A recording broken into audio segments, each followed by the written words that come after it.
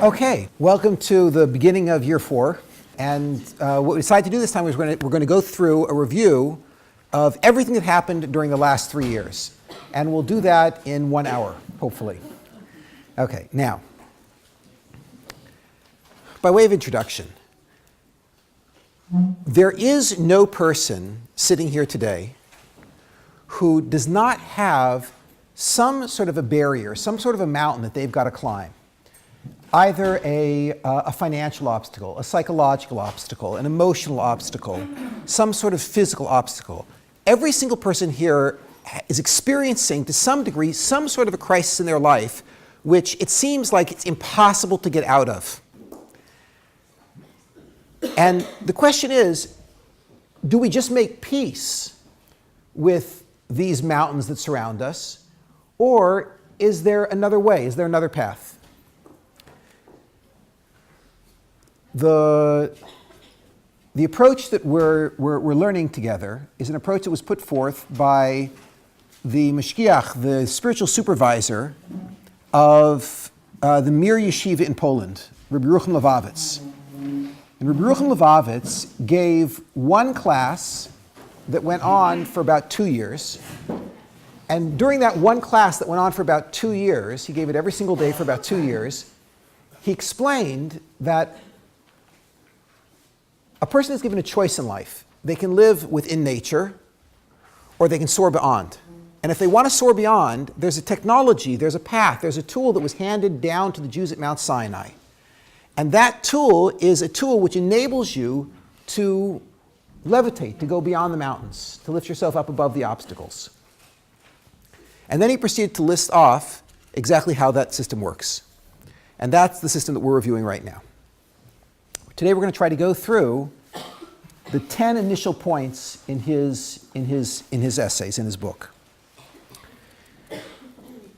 Rabbi Kelemen starts off and he says like this. He says that there's a scene in the Torah in which Jacob goes to confront his brother Esav, his evil brother Esav. And the Torah goes into great detail about how he took precautions to ensure that he would survive this confrontation. He prayed, he prepared immense gifts, and the gifts were prepared with extraordinary care to and attention to the packaging. He sent sheep and livestock to his brother Esav to try to impress him. And the oral tradition describes how he spread the sheep out in waves, calculating out the curvature of the earth, so the distance that Esav would be standing, it would all blur into one massive sea of apparent sheep. And in this way make an immense impression. This was Madison Avenue at its best. So he prayed, he prepared these gifts, and he also prepared for war. In case everything didn't work out, he was ready with the arms so that he could actually fight back and perhaps triumph against his brother if his brother decided that he wanted to attack. Rabbi Yerucham quotes Nachmanides, the Ramban, saying, why is it that Yaakov did all these things? After all, Jacob was a prophet, and he had been told by God that he was going to be the father of a great nation. 12 tribes would descend from him. Eventually they would become millions and millions of people. They would inhabit the world. They'd be a light unto the nations. He had to survive. It was a prophecy. He was going to survive. So he's going to survive. Then why do you have to do all these preparations? And Nachmanides says, because we have a principle, you cannot depend on a miracle. Okay, now, that's the setup. Why did Jacob make all these efforts? You can't depend on a miracle. Rabbi Levavitz stands up and he says, Nachmanides, what are you talking about? What miracle? Here you have Jacob, who's a very nice person, and he's articulate, and he's sincere, the height of sincerity. And he approaches his brother and says, my brother, I love you. I just want to be your ally. Let's work together. I will never attack you. I will never have a conflict with you. I will always be supportive of you. Rabbi Kelemen asks, If you have two brothers who had a fight, is it a miracle if they get together a few hours before Yom HaKippurim and one says, I'm really sorry, I apologize, and the other one says, you know what, is that a miracle if he says, I forgive you, let's get it together? That's a miracle? What kind of a miracle do you need here? Is it a miracle if you have, he used the example, that there's a thief who breaks into a house and he wants to, and then the owner of the house suddenly shows up and he puts a gun to his head and he says, I'm going to kill you, I'm going to take it. And the owner of the house says, please, I have children. Please don't kill me. Is it a miracle if the robber has mercy on this person and doesn't kill him? I mean, after all, we all believe people change. People change. So fine, he came to do something bad, but he changed. He decided to do something nice, and he's going to let the man go. Would it be a miracle if Esau decided to forgive his brother Jacob, let it go, and they would just become friends? Is it a miracle? And Rabbi Leib Kelemen drops a bomb. He says, you know what? Yeah. It's a miracle if a selfish, cruel person who's only interested in what makes his life comfortable, his whole aspiration is to acquire wealth, power, honor, that he decides to be sweet, that's a miracle. Why? People cannot change. You are who you are. You will never be different. The guts of a human being are in place forever. They are permanent. Therefore, if they changed, it would be a miracle. Rabbi Leib Kelemen starts off his book saying, you want to change? Impossible. It will never happen. You are who you are, who you are. For you to change, it would require a miracle. And then Rabbi Leib Kelemen says, thank God we believe in miracles. And he says, you want a miracle? I'll show you exactly how to do it. He goes on, he makes one last point in this regard. He says, there are big miracles and there are small miracles. So what are we going to learn how to do? We're going to learn how to perform a big miracle or a small miracle, and what's the difference? So he says, Jacob couldn't depend on a miracle and therefore had to make all these efforts, because it would be a miracle if Jacob's brother Esau became sweet. For a person to change, that's an immense miracle, and Jacob wasn't willing to depend on that. However, Rabbi Leib Kelemen points out that we have stories about Yaakov, Jacob, when he was traveling in Israel, and he would get to the Jordan River, and he would go to cross the Jordan River, his socks would never get wet. He would walk into the Jordan, and he counted on the fact that every time he crossed the Jordan, it would split like the Red Sea. And he never worried to take off his socks. He never had to worry his shoes were going to get a little damp. Jacob depended and counted on and was 100% certain of constant little miracles like the Red Sea splitting. The Red Sea splitting, that's no big deal. For a human being to change, oh my goodness. Why?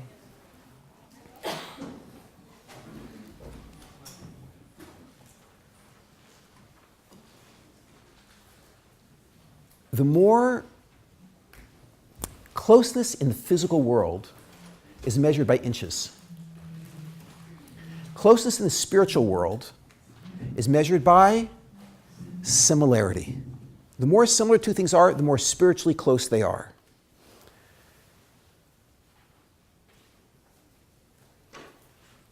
The one creature on planet Earth that is most similar to God is the human being. We are created, B'Tselem Elokim, we were created in God's image. There's no creature that's anywhere near as much like God as we are. God's most obvious character trait is his permanence.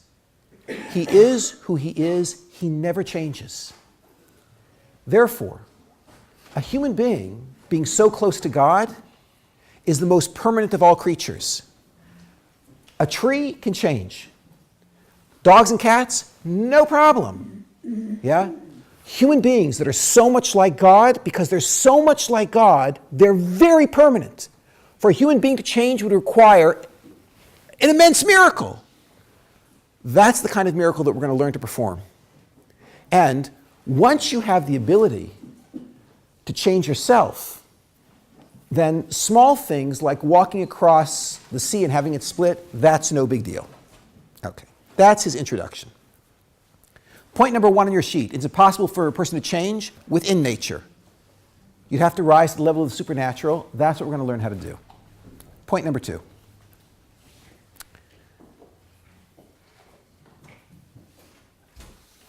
There is a passage in the Ethics of the Fathers, in Pirkei Avos, which says as follows. It says, how precious are the Jews? Chaviv in Yisrael, how precious are the Jews? For they were given a precious instrument, the Kli Chem, the precious instrument with which the world was created. Okay, now, what is this precious instrument that we were given? We were given the Torah. The scroll in that ark is what God used to create the universe. So like, why is it so wonderful that we possess this thing? It's a famous artifact. Yeah, it's like, that I've got the thing that created the world. Like I could open up a museum. Obviously not. Why is that it's so important that we've got that? So the answer is like this.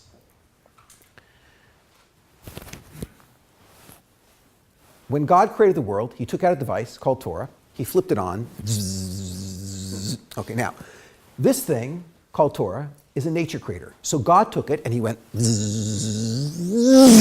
and he created heaven and earth. Okay, now, this is a heaven and earth creator. If this is a heaven and earth creator, if it can create all of nature, then in theory, if I took this thing and I pointed at myself and I flipped it on, in theory, I could change my own nature. He starts off by saying, the reason it's so important that we possess the device that created heaven and earth, that created all of nature, is because you've got to know that with this exact same device, you can go back in and you can change your nature. And therefore he says, the first prerequisite to creating this miracle of personal change, to be able to rise above nature, is you got to plug the thing in. You must be connected to the power source, which is Torah. To the extent that someone is involved in this thing called Torah, to that extent he can change. By the way, that's what God had in mind. When God dropped Torah onto the planet 3,300 years ago, he wasn't trying to create religious people, right? That wasn't the goal, right? We want people who are going to be members of the Jewish religion. That wasn't the intention. The intention was he created a whole natural world. He drops all of mankind into the world of nature, and he says, your job is to rise to the surface. Your job is to lift yourself out of the realm of the natural and move into the realm of the supernatural. You were not created to be natural. You have this sense. Every person here, if I told you at the beginning of this year when I said, you can't change, there's a small voice inside of you that says, I can. If I tell you, you're limited, there's a voice inside of you that says, I'm not limited. Now, of course, in the university they teach you, there's only two factors. There's nature and there's nurture. There's genes and environment. Your genes are in place, they're not going to go away. Yeah?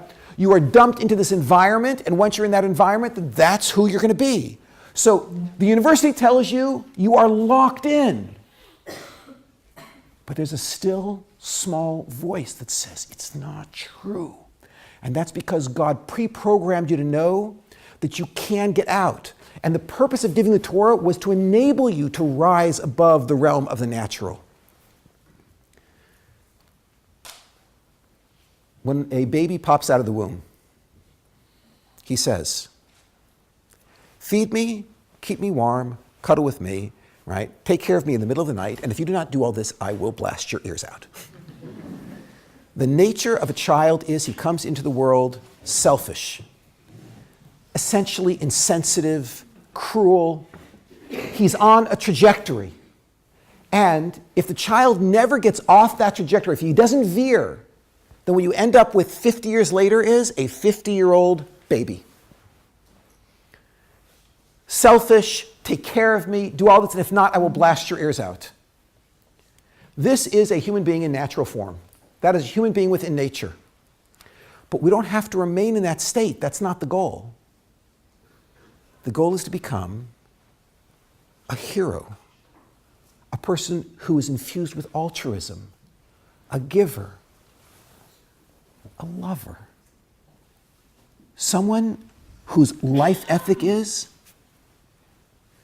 I'm here to make your dreams come true. That's what a human being is supposed to look like. But we don't come into the world looking like that. And the whole goal is to rise above our nature and get to the realm of the supernatural. Very often, people say, you have to forgive that trait. It's natural. Anger is natural. You don't do what I want you dead. That's natural. Or if not dead, at least I don't have to talk to you again. Or even if I'm going to talk to you, but I'm not going to talk to you sincerely. And even if I talk to you sincerely, I won't talk to you about that issue. Right? This is all natural behavior. It's natural to eat too much, to drink too much, to drive too fast. It's natural to touch things that don't belong to you. All of this is natural behavior. That's not the goal. People say, this particular behavior, it must be okay because it's a natural behavior. We've demonstrated with laboratory rats. So it must be okay. And comes the Torah and says, no, the fact that it's natural only means it's your starting point. You're not a natural creature. You're a pre-supernatural creature. And the Torah comes to lift you up and help you get up to who you really are. That's number two. The Torah creates and recreates nature. Okay. So step one, we've got to be learning. We have to be involved in some sort of Torah study. That's the electricity. That's how you plug it in. You're learning Torah. You're ready to start playing. Step number one in the game is on your sheet, item number 3. Item number 3 is sacrifice. How does this work? Yeah. When Jacob went out to battle, he prepared himself for 3 things. He got gifts ready to try to bribe his brother. He prayed. But he assembled an army. And when he assembled that army, he intended to go out and fight. When he intended to go out and fight, he was planning on being involved in something which in Hebrew is called milchama. They usually translate that as war. But milchama has a very specific intention. Wars during biblical times, in fact, wars until very recently in history, were not like any of the wars that we fight today. Today, when we go to war for something, we're going to war for something, not principle. We want the oil, or we want the military base, or we want the land. There's some resource that we're going to war for, and the whole goal is to ensure that you conquer in order to get that resource. And by the way, if we cannot get that resource, it is common sense that you would never fight the war. There is no reason that this country or any country on the planet today would ever go to war knowing they're going to lose the war, because the whole point is to win and to get the resource. Today, our highest goal is the acquisition of resources. Once upon a time, that's not how people fought wars. In the old days, this is so hard to imagine. When we think of these people, they seem crazy to us. All wars were religious wars, or they were wars for the king. When you went to war for the king, or when you went to war in a religious war, you went to war even if you knew you were going to lose.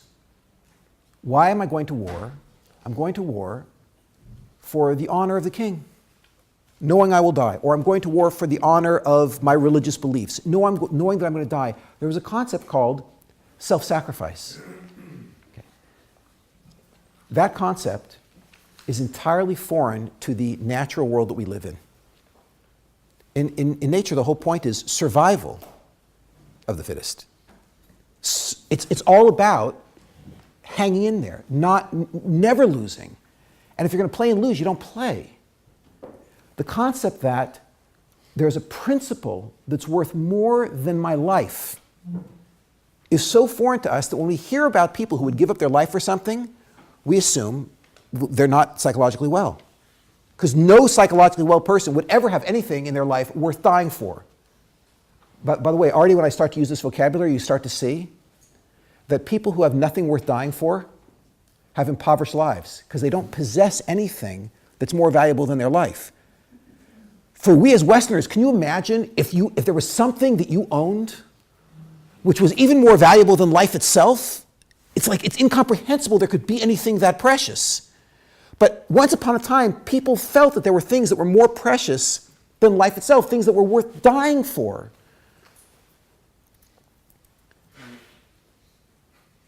Rabbi Kelemen explains that if you want to live in the realm of the supernatural, you have to start acting not naturally. You must leave natural sorts of behaviors. The natural behavior is that you protect yourself and your comfort and your wealth. You protect this sweet lifestyle at any cost. And comes Rabbi Kelemen and says that if you want to move into the realm of the supernatural, you have to overcome that urge. You have to be willing to sacrifice. He says that there's a scene in the Torah where Abraham has a nephew, Lot, who gets kidnapped. Abraham hears that his nephew was kidnapped, and out of appreciation, out of appreciation, he pulls out a sword and he runs off to war against 5 kings. Now, kings usually don't stand around fighting alone. That's 5 separate armies in order to spring his nephew Lot loose, in order to get him out. Okay. What are the odds that Abraham is going to survive a war against 5 separate armies? It's suicide. Why did he do it? Rabbi Kelemen explains he had a value that was higher, appreciation. You know, I owe him. And because I owe him, then even if it costs me my life, I'm going to try to save him. So Rabbi Kelemen says, what kind of religion is this? I mean, you and I know how Judaism feels about this. Judaism says there's only 3 cardinal sins. There are only 3 things you got to die for. You have to die rather than kill somebody else. If someone puts a gun to your head and says, kill him or I'll kill you. So you all know the Jewish law says you should say, listen, I prefer that you not kill me, but there are certain experiences that are so degrading, it's better not to wake up on the other side of them, and one of them is killing another person. Therefore, I'm not going to kill him. So you can do whatever you're going to do, but I'm not going to kill this person. Or rape. There are certain experiences it's better not to live through. And therefore, if someone puts a gun to my head and says, do this terrible thing to this person, I say, listen, I prefer that you don't kill me, but I'm not going to do that to her. We know there's 3 cardinal sins, that and idol worship. It's also, we don't experience idol worship in the West today, so you can't imagine how degraded idol worship is. If you travel to certain parts of Central Africa today, you can actually see it. It's so degraded. Certain things are not worth waking up on the other side of. And therefore, a person puts a gun to your head and says, worship this idol or I'll kill you. You say, listen, I wish you wouldn't kill me, but I'm not going to worship an idol. Right? Illicit sexual relations, killing other people, idol worship. We know 3 cardinal sins, you die rather than do those. Whoever said that out of appreciation you give up your life explains Rabbi Levavitz. There has to be an element of self-sacrifice in the fulfillment of every commandment. Whenever you are trying to fulfill God's command, there's got to be some degree of sacrifice. Otherwise, it will not have that magical effect of lifting you up out of the realm of the natural. You're still living a natural life if you're not willing to sacrifice. What is sacrifice for us? Sacrifice might be that you slept 5,000 miles across the Atlantic to come all the way from London to here to Los Angeles to hear me speak today. Thank you very much, JLE, for coming. Yes. Yeah. Self-sacrifice, yeah. Seriously, you get up early in the morning and you run off to hear your Torah class. That's self-sacrifice. You have to pay for parking. Cost you $2. That's sacrifice. Yeah? You had to sit in an uncomfortable chair. The room was too crowded. It was hot. That's called self-sacrifice. It doesn't have to be you give up your life, but in every fulfillment of God's will, there has to be some element of sacrifice, or it's not plugged in, it's not magical, it won't lift you out of that realm. If everything is sweet and comfortable and there's no sacrifice whatsoever, then there's no magic.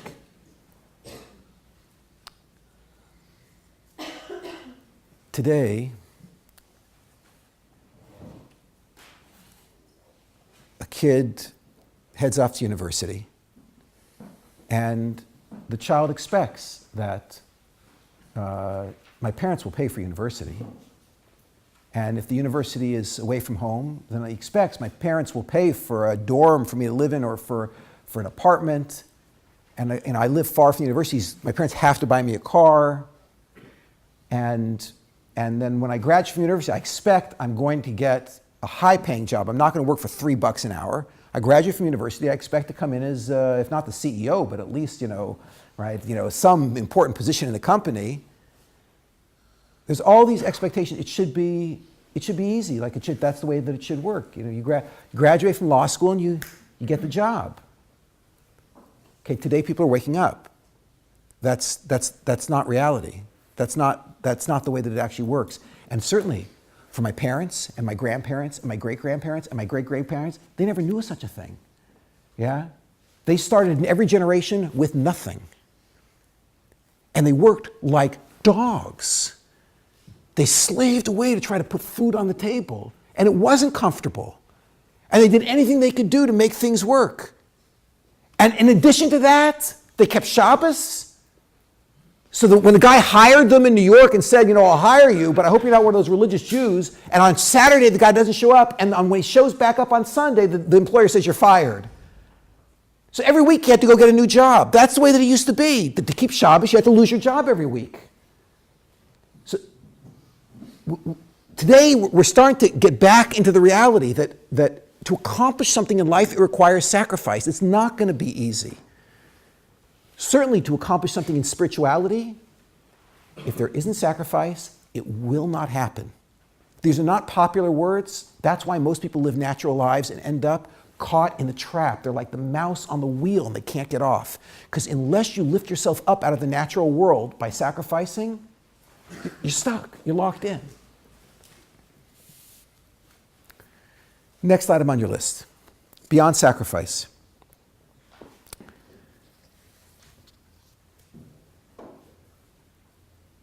There's a spectacular and confusing medrash, a story that's brought down in the Jewish oral tradition that describes the Jews fleeing Egypt when they escaped from Egypt.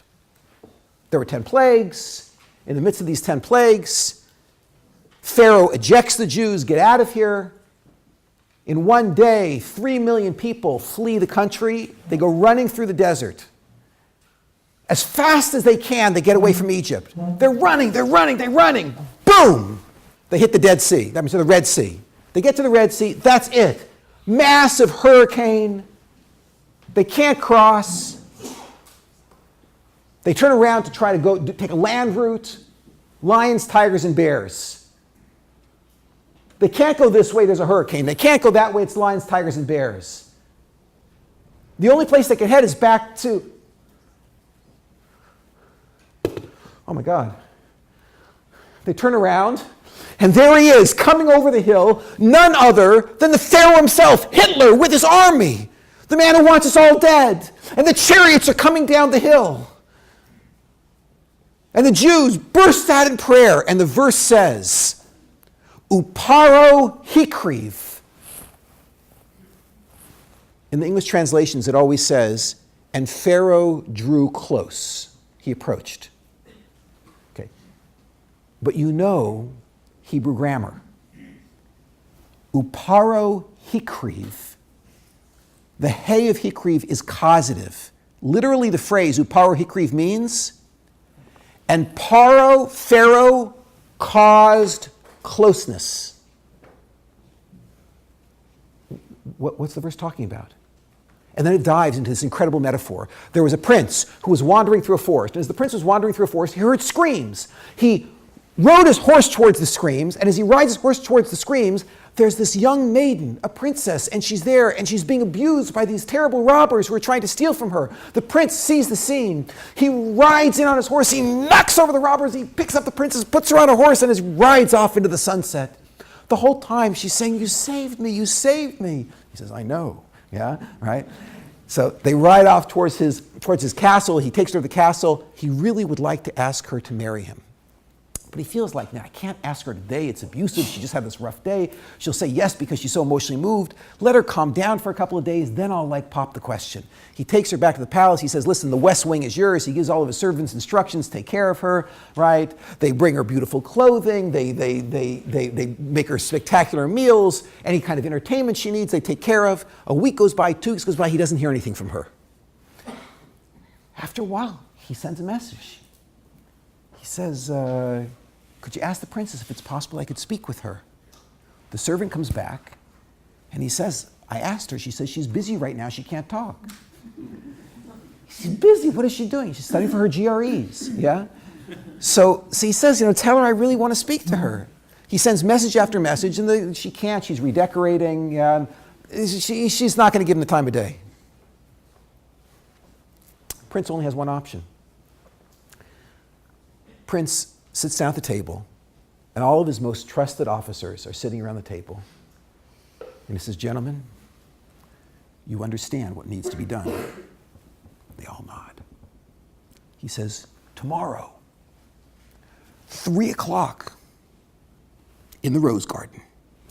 See you there." Next day, she's taking her usual walk through the Rose Garden, 3 o'clock in the afternoon. Suddenly, out of no place, all the king's men, dressed up like bandits, right, go running after her. She screams, "Ah, help me, help me!" On cue, the prince rides in on his horse, knocks over all of his own men, right, picks her up, puts her on his horse, rides off into the sunset. She says, "You saved me, I love you." He says, "Will you marry me?" She says, "Yes." "Exactly, okay, here we go." Okay. The Midrash says, that's what it means. "And Paro drew close." That Pharaoh drew the Jews close to God again. Tells the whole story. When the Jews were in Egypt, it was rough. There were people being killed. They were being hit with whips. And they cried out to God, "Please, please save us." And God said, "Fine, I'll come and I'll save you." And he made 10 plagues and he ejected the Jews out of Egypt. And he said, "Come with me, I'm going to take you to Mount Sinai." But then they were wandering through the desert and they were eating manna and everything was great and they were relaxed and they didn't feel the need to call out to him anymore. Everything was good. Let's be straight. Do you pray differently when you're facing crisis than on an ordinary day? So the Jews had relaxed. They'd relaxed. And they weren't crying out to him. And God said, "I only want closeness with you. I want you to live with me." And they're just like, "We're busy right now." So God said, "I have one choice. I'm going to send Pharaoh, right, my trusted servant, and he'll rekindle the relationship." That's why God sent him. End of story. Steps in Rabbi Levavitz from Mir and says, "Hey, wait a minute. What's going on here?" He says, "Isn't it true that the purpose of prayer is to get us out of trouble? So anytime you got your back up against a wall, man, those Egyptians are coming, I'm about to die, the response is pray." And the tool of prayer was given so that when you have your back up against a wall, you have a rope ladder to climb out. But if that's the case, then why do you really need prayer? I mean, after all, just have God not cause the problem in the first place. If there would be no cancer, if there would be no financial crisis, if all of my kids would be doing fine, if I could just get married, right? What do I need prayer for? So why create crises and then teach us to pray? Just don't create crises. Yerucham says, look back at the story. It's not that first comes a crisis and the way to get out of it is prayer. It's that the whole goal is prayer. what is prayer? So the Targum Yonasan, the Aramaic commentary on the Torah, translates the words that V'ikra b'shem Hashem, he called out in God's name. He translates those words as, right, V'tzali b'shem Hashem, he prayed in God's name. That is, praying and calling out are the same thing. What does it mean, praying and calling out are the same thing? This morning, I live in Eretz Yisrael, I live in Israel. And I have this amazing, amazing device. My favorite piece of technology in the entire world, yeah, is my link back to my wife. Yeah, right? My Samsung, yeah? And this is precious to me because I can get on this and I can talk to the one that I love. This morning I called, no answer. So I said, this is your husband, your only husband, the one you love. Yeah, calling, right? I'll talk to you later. I said when I started the message, I said, Chana. I called her name, and then I left my message. When you call somebody's name, that's an act of intimacy. Chana, Chana. That's an act of intimacy. Prayer is not a means to an end. It's an act of intimacy. Now, the reason why we don't relate to prayer that way is not because we're not religious. That's not the reason. If only that was the problem. Religiosity, that's an easy thing to fix. The reason that we don't relate to prayer that way is not because we're not religious, it's because we are non-intimate. We live in a generation that isn't interested in relationships and closeness anymore. You see, relationships and efficiency are mutually exclusive. You cannot have both. If you want to have closeness, you've got to have time well wasted. And we are so busy being productive. We pride ourselves. I've been up since 3 this morning. I went to sleep at 1:30. I worked all day. Coffee, IV, yeah? That's what makes me a man, is the fact that I'm so efficient. My children, yeah, I saw them 6 years ago, yeah. I'm a man to the extent that I don't have a relationship with my wife because I'm so busy. And a woman is so proud because she maintains her independence. You start to see the sickness of the society? That independence is the goal. More than that, I have a friend who's a psychologist. He's a fantastic psychologist. We have schmoozes every now and then. I was telling her that, I'm so in love with my wife that I can comfortably say I couldn't live without her. She says, that's a psychological disorder today. It's called codependence.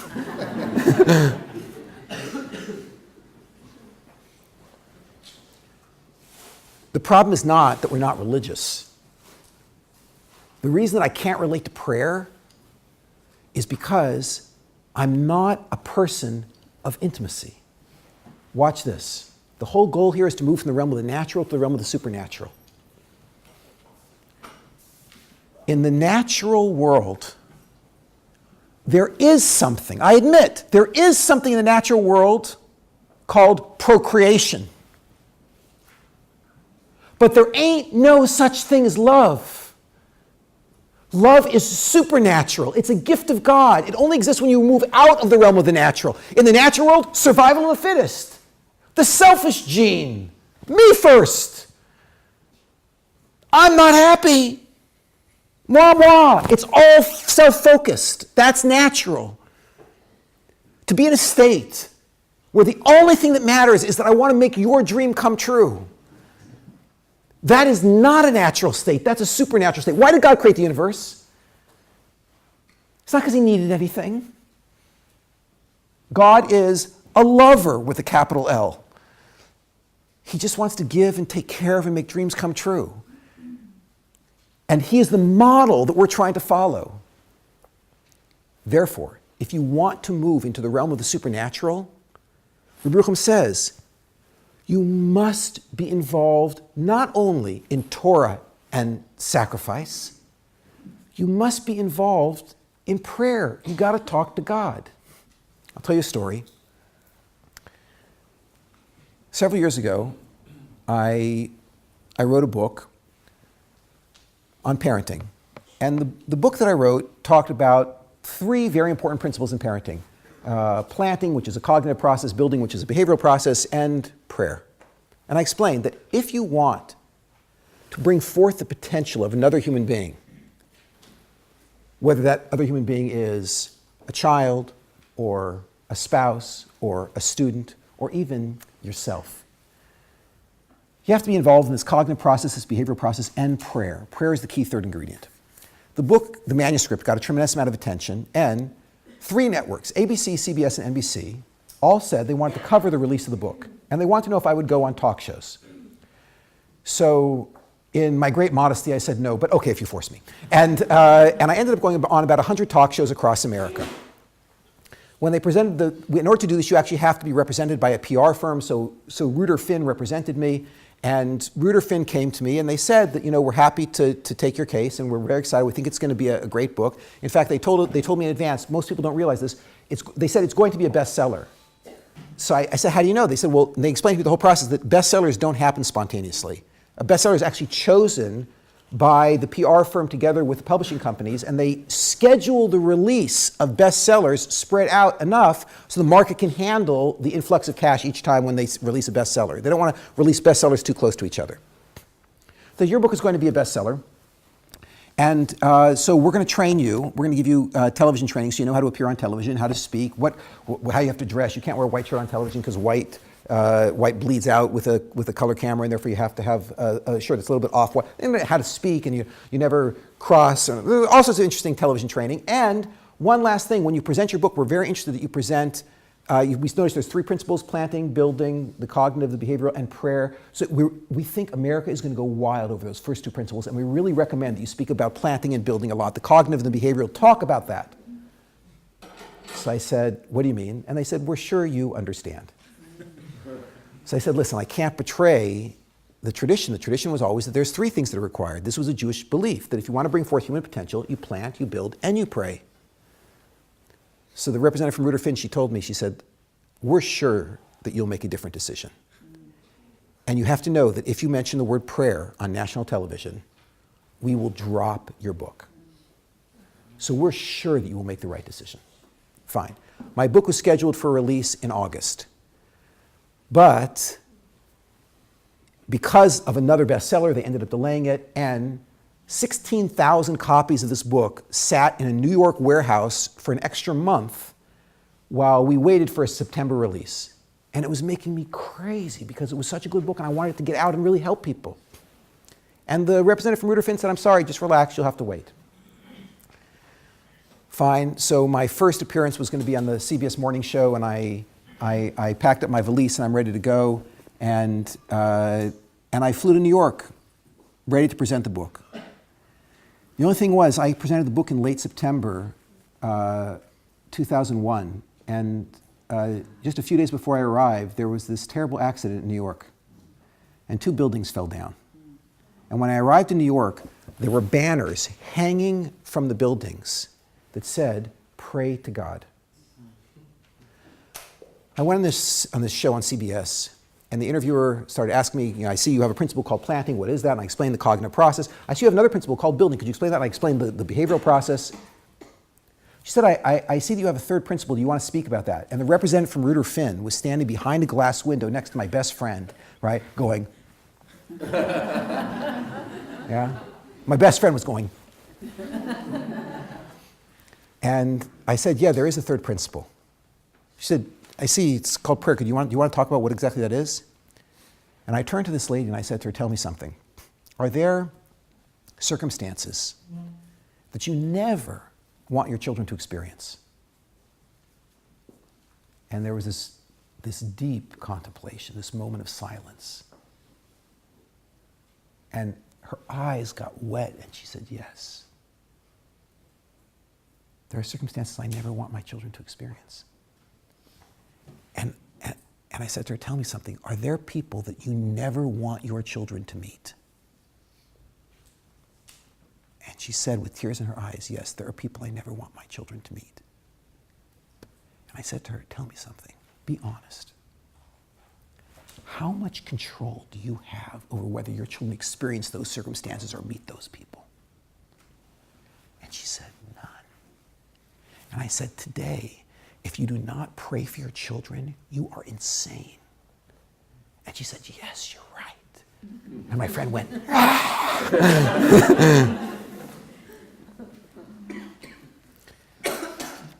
The second principle here is the principle you have Torah, you have sacrifice, you have prayer. Today, if you do not speak to someone bigger than yourself, if you don't turn to an almighty God today, you are insane.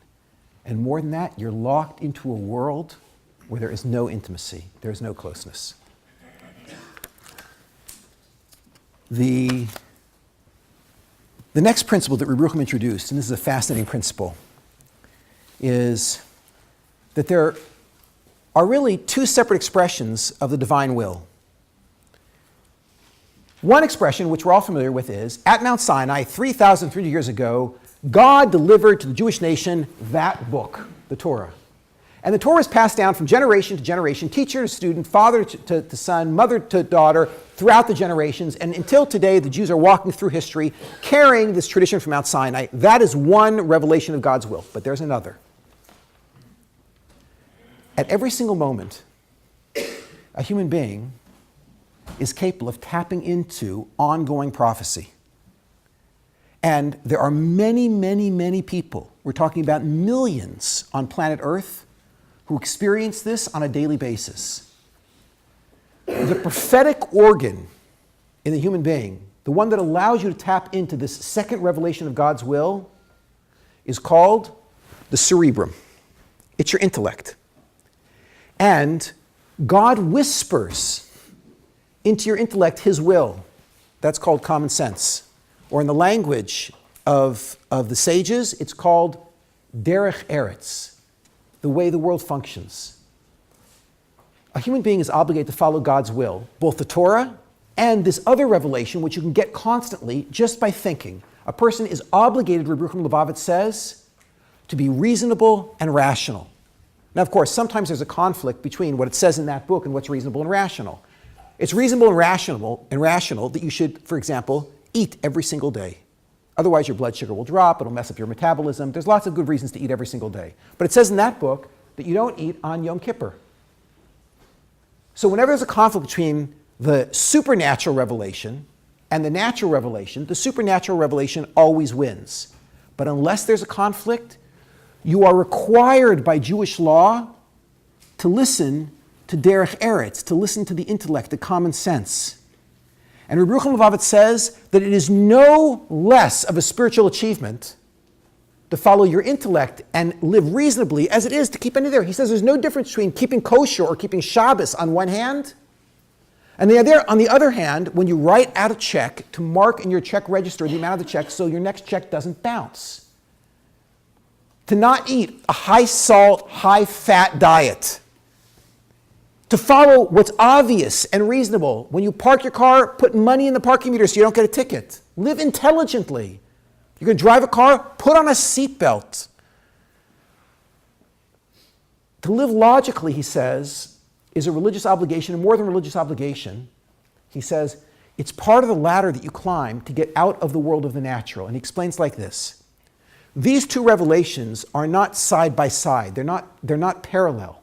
Rather, you have to flip it like shaking your Android. And what happens is, you end up with, at the bottom level, there is the world of derech eretz, the world of logic, the world of living a reasonable life. On top of that, you have supernatural laws. Supernatural laws like keep kosher, keep Shabbos, and cover your elbows. And he says, you cannot ascend into the world of the supernatural until you have mastered the world of the natural. Derech eretz kadma laTorah, the world of the logical always precedes and comes before the world of the supernatural. When Rabbi Yaakov Kamenetsky, one of the greatest sages of the previous generation, used to give his rabbinical ordination, he would bring in one of these Talmud scholars who wanted ordination. They feared Rabbi Yaakov Kamenetsky's smicha. It was extremely difficult. He would always lead off with a question that would knock all the guys out. He would say, tell me something. How do you get from here to First and Broadway? And if the kid couldn't answer that question, he says you expect people to trust you with their spiritual lives, you don't even have to navigate your way around the neighborhood? If you haven't mastered the world of the natural, you can't ever ascend into the world of the supernatural. Rabbi Leib says, the intellect is like a rebbe. It's like a teacher, an older brother that was given to you to guide you in life. It was given to you by God, and you must listen to the intellect. He says the next step in ascending out of the world of the natural is you must first master the natural by living a reasonable, logical, good life. Next step. He explains,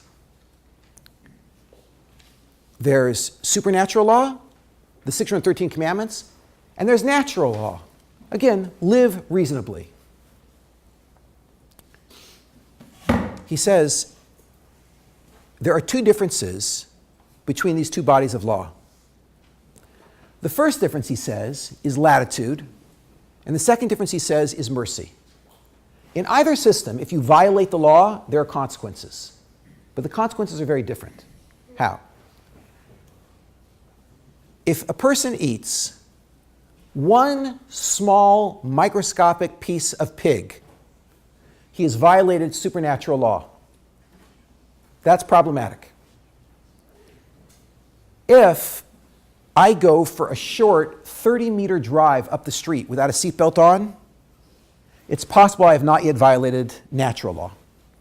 It could be that what I've done is not so dangerous that I've actually done something completely irrational. Now, of course, if I get on an LA freeway and I drive for 30 minutes on an LA freeway without a seatbelt, I'm insane. Yeah, that's a violation of natural law.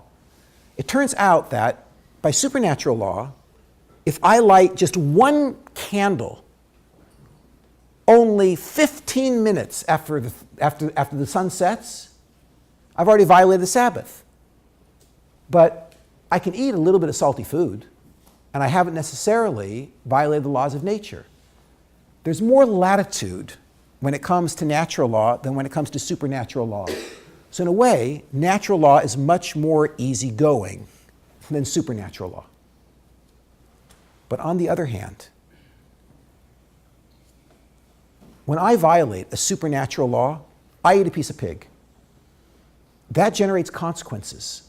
Someone eats a piece of pig, their life is not going to be as sweet and smooth as it would have been had they not eaten that piece of pig, but the result will not hit immediately.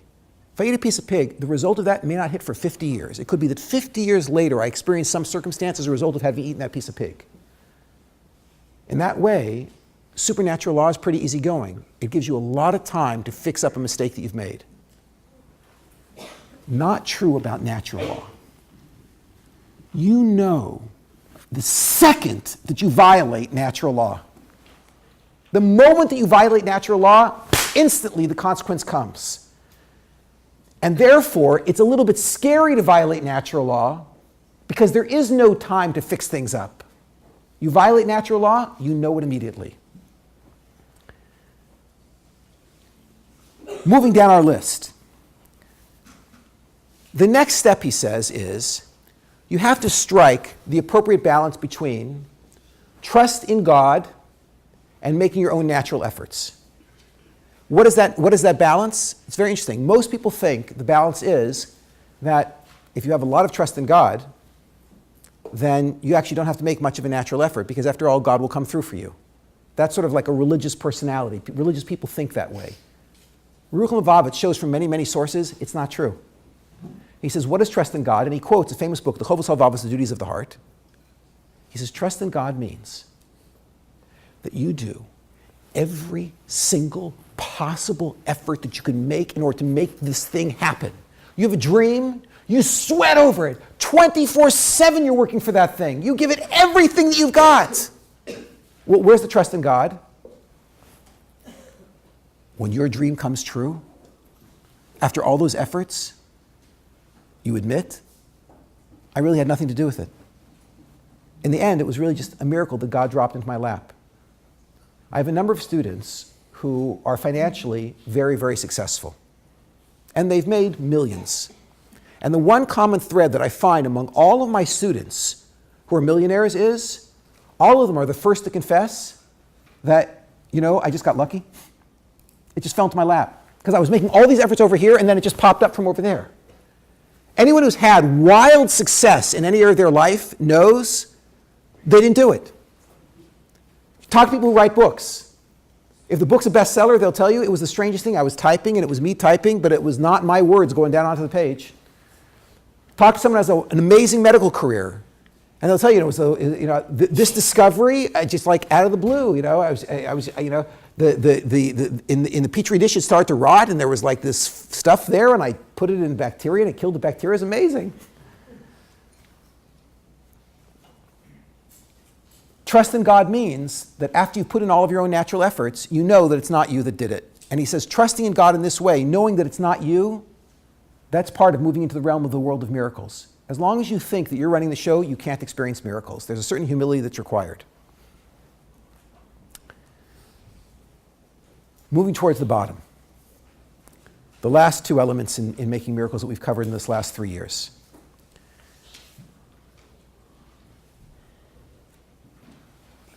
He explains you cannot move into the realm of the supernatural unless you work so hard that you are flat on your face, exhausted, finished. He said that is absolutely required, what he calls yigia. Yigia shnehem, mishkachas avon. If you want to move into the realm of the supernatural, you must be someone who mamish, you give every drop of energy you've got and then 10% more. My children are all long distance runners. And they belong to a runners club. And in that runners club, everyone there has run multiple marathons, and some of them run ultra marathons. And of course, you all know that physically, it is impossible to store enough glycogen in your body to make it through 26 miles. It can't be done. At some point, everyone running a marathon runs out of glycogen. When you run out of glycogen, you experience something called the wall. When you experience the wall, every single part of your body starts experiencing extraordinary pain. Your earlobes ache. Everything. And anyone who's ever finished a marathon, if they didn't walk it, they hit the wall and they ran through this immense pain where they had no energy left. And everything their body was saying, don't lift your leg. And they put another step and another step. And there's something very interesting. Almost without exception, everyone in my children's running club is wildly successful in life. They've all experienced amazing miracles. Success has been dropped into their laps. Now, why is that?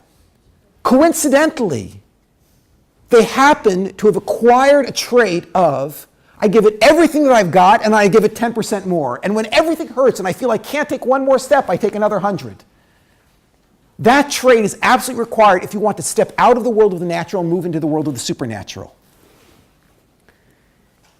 And last but certainly not least, the final element that we spoke about in the last 3 years is, in the natural world, there is no such thing as empathy. There can't be empathy in the natural world. If lions empathized with sheep, they would starve. If weeds empathized with the plants they're strangling, they wouldn't exist. Can you imagine an empathetic bacteria? It can't be. The rule in the world of nature is kill or be killed. And therefore there can't be empathy. Empathy belongs to the realm of the supernatural, and therefore, he says, part of the normal ascent from the world of the natural up into the world of the natural is you must develop an empathy muscle. We know very little about the biography of Moses. Very little. His whole biography is contained in a few lines in the Torah. But here's what we know. This was the beginning of Moses' life, according to the Torah. He's a young guy, and he's growing up in Pharaoh's palace, being raised as an Egyptian. One day he looks out the window, and he sees, right, acres and acres and acres filled with slaves making mud bricks and building pyramids. And he looks out and he says, like, They must be in pain, and it's not enough. He runs out of the house. He runs down to the barbed wire. He gets to the barbed wire. The guards right. He said, Prince, are you sure you? And he says, open the gate. And they say, there's slaves in there. It could be dangerous for you. Now, open the gate, he says to the guards. The guards open the gate. Moses runs into the fields with the slaves. And you can imagine all the Jews looking up, and they're seeing this Egyptian prince running through the fields. And he runs up to some poor Jew there that's got his shoulder into this massive brick, and the Jew's pushing the brick, trying to get the brick into place. And Moses leans down and he puts his shoulder into the brick next to this Jew, and he starts pushing. And the Jew looks at this Egyptian prince and he says, "What are you crazy? What are you doing here?" Moses says, "I'm going to get you guys out." The Jew says, "What are you crazy? You're pushing bricks. You want to get us out? You are in the palace. Go into the palace and speak to them." Moses explains, it won't help. No one's ever escaped Egypt. If you want to escape Egypt, you need a miracle. In order to get a miracle, you have to experience empathy. I've got to feel your pain. Moses feels their pain. He goes back to the palace. He sees an Egyptian beating a Jew. He feels the pain of the Jew, kills the Egyptian. He has to flee. He runs off to the land of Midian. He gets to Midian. When he gets to Midian, there's a bunch of Midianite women there who are shepherdesses who are trying to feed their sheep, and the men won't let them near the well. Moses feels the pain of these Midianite shepherdesses, and he goes in there and he argues and he gets them their water. He ends up going to work as a shepherd. What's what happened? He empathized with the entire Jewish nation initially. Then he empathized with one Jew. Then he empathized with a group of non-Jews. Finally, he goes to work as a shepherd in Midian. And working there as a shepherd, he's guiding his sheep, and one sheep suddenly bolts. And Moses is trying to carry the sheep, but that sheep's running off in this direction. He runs off after this one lost sheep. The sheep runs and runs and runs and runs to a body of water and starts drinking thirstily from the body of water. Moses says, I understand. He ran because he was thirsty. If he's thirsty and he was walking, he must be tired too. And Moses empathizes with his sheep. If he's tired, I can't make him walk back to the flock. Moses picks up this lamb to carry this lamb back to the flock. Feeling the pain of the lamb, he turns around, and there is the burning bush, and the redemption of the Jews begins.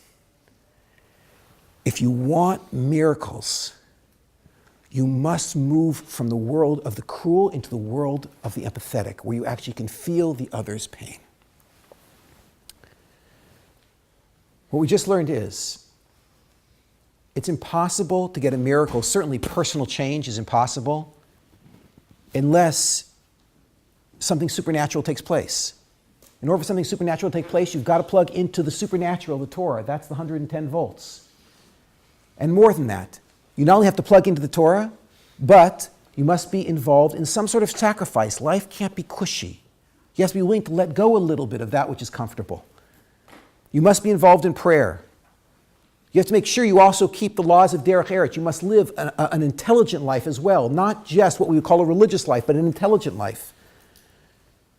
You have to make sure that you strike the proper balance. You make immense efforts to make things happen, and then you admit very humbly, it wasn't me, it was God. There has to be struggle to the point of exhaustion. And finally, we have to move into the world of empathy and feel the pain of others. These are the first 10 of about 30 steps that, when practiced, consistently create miracles here in this world. Big miracles like being able to change yourself, to be able to become everything that you are in potential, and even what we would call small miracles like just splitting the Red Sea. What we're going to do, God willing, is starting next month, we're going to start learning the 11th step, the next step. And we'll knock off, God willing, about one step a month for the next, it'll probably be about 24 to 36 months until we actually finish learning the whole system. And then you can all go home and practice being wizards. Okay, have a wonderful month. We'll see you, God willing, next month. Take care.